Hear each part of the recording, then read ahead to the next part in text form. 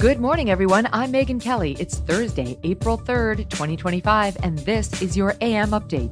I think we will have accomplished most of the work required to reduce the deficit by $1 trillion within that time frame. A new Politico report claims Elon Musk is stepping back from his DOGE role.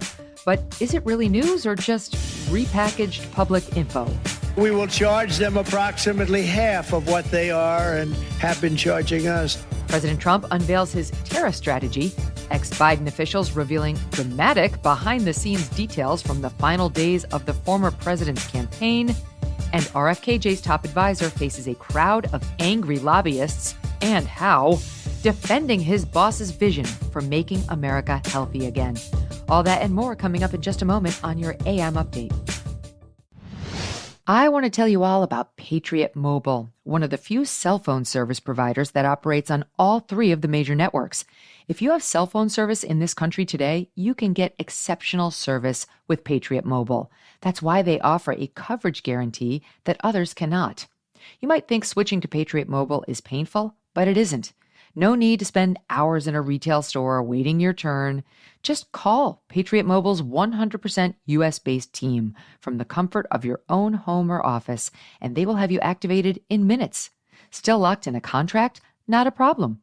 Patriot Mobile's contract buyout program covers up to $500 per device. Keep your same number, keep your phone, or treat yourself to an upgrade. So consider joining Patriot Mobile today. Support faith, family, and freedom with every call and text you make. Don't wait. Do it today. Go to patriotmobile.com/Megyn or call 972-PATRIOT. Use promo code Megyn and get a free month of service. That's patriotmobile.com/Megyn or just call 972-PATRIOT. Elon Musk-obsessed media playing up a supposed scoop yesterday afternoon. Politico fueling speculation about Musk's role in the Trump administration, despite his long-scheduled exit, publishing a headline reading, "Trump tells Inner Circle that Musk will leave soon." The article describing Mr. Musk stepping back as a recent decision. Press Secretary Caroline Leavitt responding to the claims on X, writing, quote, "This scoop is garbage. Elon Musk and President Trump have both publicly stated that Elon will depart from public service as a special government employee when his incredible work at DOGE is complete." Elon Musk responding to the post, quote, "Yeah, fake news." The article coming on the heels of a high-profile election loss in Wisconsin for the Republicans. Mr. Musk and his affiliated groups reportedly contributing more than $20 million in an attempt to flip the state Supreme Court there conservative, ultimately losing by 10 points. On Wednesday, media reveling in the loss and blaming Elon. What a massive loss it was for Elon Musk. Wisconsin clearly said we are not for sale. If you are a Republican candidate running in a swing state, you don't want Elon Musk anywhere near you. Yes, maybe you like the money, but you do not want his presence in your state. You know what Donald Trump likes? Winners. And you know what Elon Musk was on Tuesday night? A loser. Politico describing Mr. Musk's plans to go as a recent decision by President Trump. However, Mr. Musk's status as a special government employee has a 130-day term limit. Reporting that indicates Mr. Musk will be stepping back in the next few weeks supports the timeline of that 130 days, which would expire on May 30th. Last Thursday, Fox News asking Elon about this very thing. You technically are a special government employee, and you're supposed to be 130 days. Are you going to continue past that, or do you think that's what you're going to do? Or? Well, I think we will have accomplished most of the work required to reduce the deficit by $1 trillion within that time frame. So in that time frame, 130 yes. days. And the process is a report at some point, at 100 days? Or? Not really a report. We are cutting the waste and fraud in real time. So every day that passes, our goal is to reduce the waste and fraud by $4 billion a day, every day, 7 days a week. And so far, we are succeeding. The DOGE website says it has cut $140 billion in contracts and grants so far. Earlier this week, President Trump offering public support for Mr. Musk. Elon Musk's special government tenure is coming to an end, 130 days, I think another month. Yeah. Do you want him to stay longer, or is it time for him to go back to running his companies in your Well, I think he's amazing, but I also think he's got a big company to run, and so at some point he's going to be going back. He wants to. You want to keep him around. But Oh, I'd keep him as long as I could keep him. He's a very talented guy. The DOGE Commission is set to conclude operations on July 4th of 2026. Even after Mr. Musk's special government employee status ends, Political reporting, a senior administration official says Mr. Musk is likely to retain an informal role, continuing to be an occasional face around the White House grounds. President Trump on Wednesday unveiling his global tariff policy in a Rose Garden speech billed as both Liberation Day and Make America Wealthy Again. After weeks of teasing reciprocal tariffs, the president announcing a scaled-back plan. We will charge them approximately half of what they are and have been charging us. So the tariffs will be not a full reciprocal. It's our turn to prosper, and in so doing, use trillions and trillions of dollars to reduce our taxes and pay down our national debt, and it'll all happen very quickly. The U.S. will impose a baseline of 10% tariffs on all imports with no exceptions. The worst offenders, identified by the President's Council of Economic Advisors, slap with a rate equivalent to half of what they charge the U.S. China, for example, now facing an additional 34% tariff in return for the 67% duty it imposes on American goods. This brings the total Chinese tariff rate to 54%. President Trump also imposing a 25% tariff on all foreign-made automobiles, a decision applauded by the United Auto Workers Union. Mr. Trump sharing the podium with UAW member Brian Pannebecker. I have watched my entire life, I have watched plant after plant after plant in Detroit and in the Metro Detroit area close. There are now plants sitting idle. There are now plants that are underutilized. And Donald Trump's policies are going to bring product back into those underutilized plants. There's going to be new investment. There's going to be new plants built. And the UAW members, and I brought 20 of them with me, they're sitting right over here. We support Donald Trump's policies on tariffs 100%. Markets taking a slight hit in the after-hours trading, with the biggest losses coming from car companies and smaller businesses that rely on foreign parts and materials. Coming up, former Biden officials reveal stunning details from inside the final days of the former president's campaign. And RFK Jr's top advisor faces a crowd of angry lobbyists and defends his boss's vision for making America healthy again. There's a lot of talk about government debt, but after 4 years of inflation, another real crisis is personal debt. Some people are working harder than ever and still drowning in credit card debt and overdue bills. But there's Done with Debt. Now, Done with Debt has unique escape strategies to help end your debt fast so you can keep more of your hard-earned money. Done with Debt does not try to sell you a loan or bankruptcy. Their tough negotiators will go one-on-one with your credit card and loan companies with one goal: to drastically reduce your bills, eliminate interest, and erase penalties. Most clients wind up with more money in their pocket month one, and they don't stop until they break you free from debt permanently. Take a few minutes and visit donewithdebt.com. Speak with one of their debt strategists for free. But listen up, some of their solutions are time sensitive, so you got to move quickly. Go to donewithdebt.com. That's donewithdebt.com.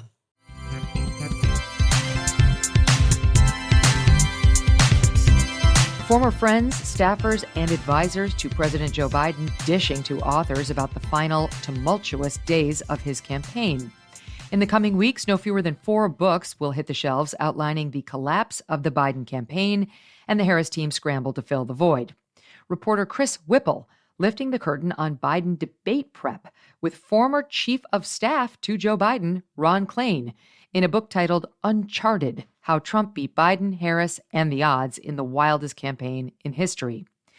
In the lead up to the Biden-Trump debate, speculation swirling about Mr. Biden's mental acuity. 4 months earlier, special counsel Robert Hur releasing a report on President Biden's handling of classified documents, describing him as, quote, a sympathetic, well-meaning, elderly man with a poor memory, and that was the reason he chose not to prosecute him. Mr. Biden was increasingly seen relying on note cards for basic talking points and requiring heavy assistance from handlers. Democrat officials told us all, behind the scenes, he was like a machine. I talk to President Biden, regularly. His mental acuity is great. It's fine. It's as good as it's been over the years. I've been speaking to him for 30 years. So Joe Biden has vision, he has knowledge, he has a strategic thinker. This is a very sharp president. The most difficult part about a meeting with President Biden is preparing for it, because he is sharp, intensely probing, and detail-oriented and focused.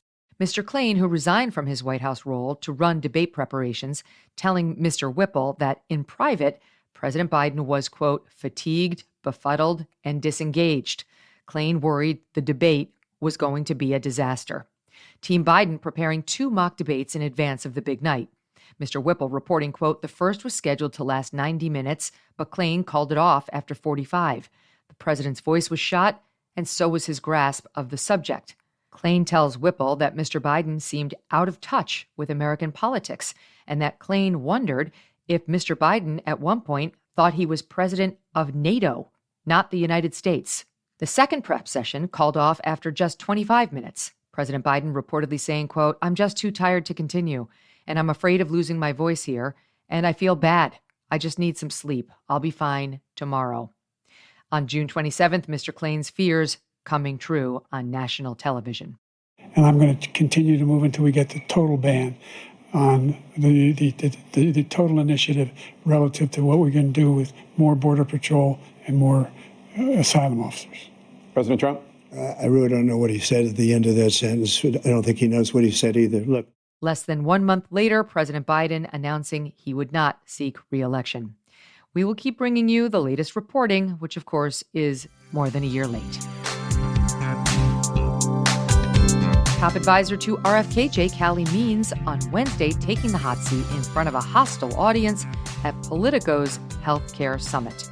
The panel coming just 1 week after Secretary Kennedy announcing a significant restructuring of the Health and Human Services Department. The plan reducing the HHS workforce by 10,000 and consolidating 28 divisions into 15. Critics of the administration not pleased. I don't know how you cut nearly a fifth of the workforce and say you're not going to harm patients, harm Americans who require good health. It's just hard to believe. This will have a devastating impact on the health and well-being of Americans. People in this country will needlessly get sick and die as a result of these cuts. Journalist Dasha Burns questioning Mr. Means on the rationale behind the cuts.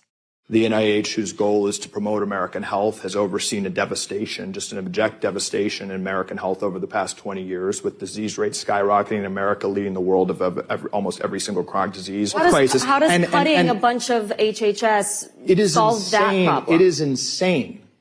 It is insane for you to insinuate that the thing standing between us and better health is more government bureaucrats. Like that is demonstrably insane. That's not what I'm insinuating. That is what everyone's saying. Is that funny?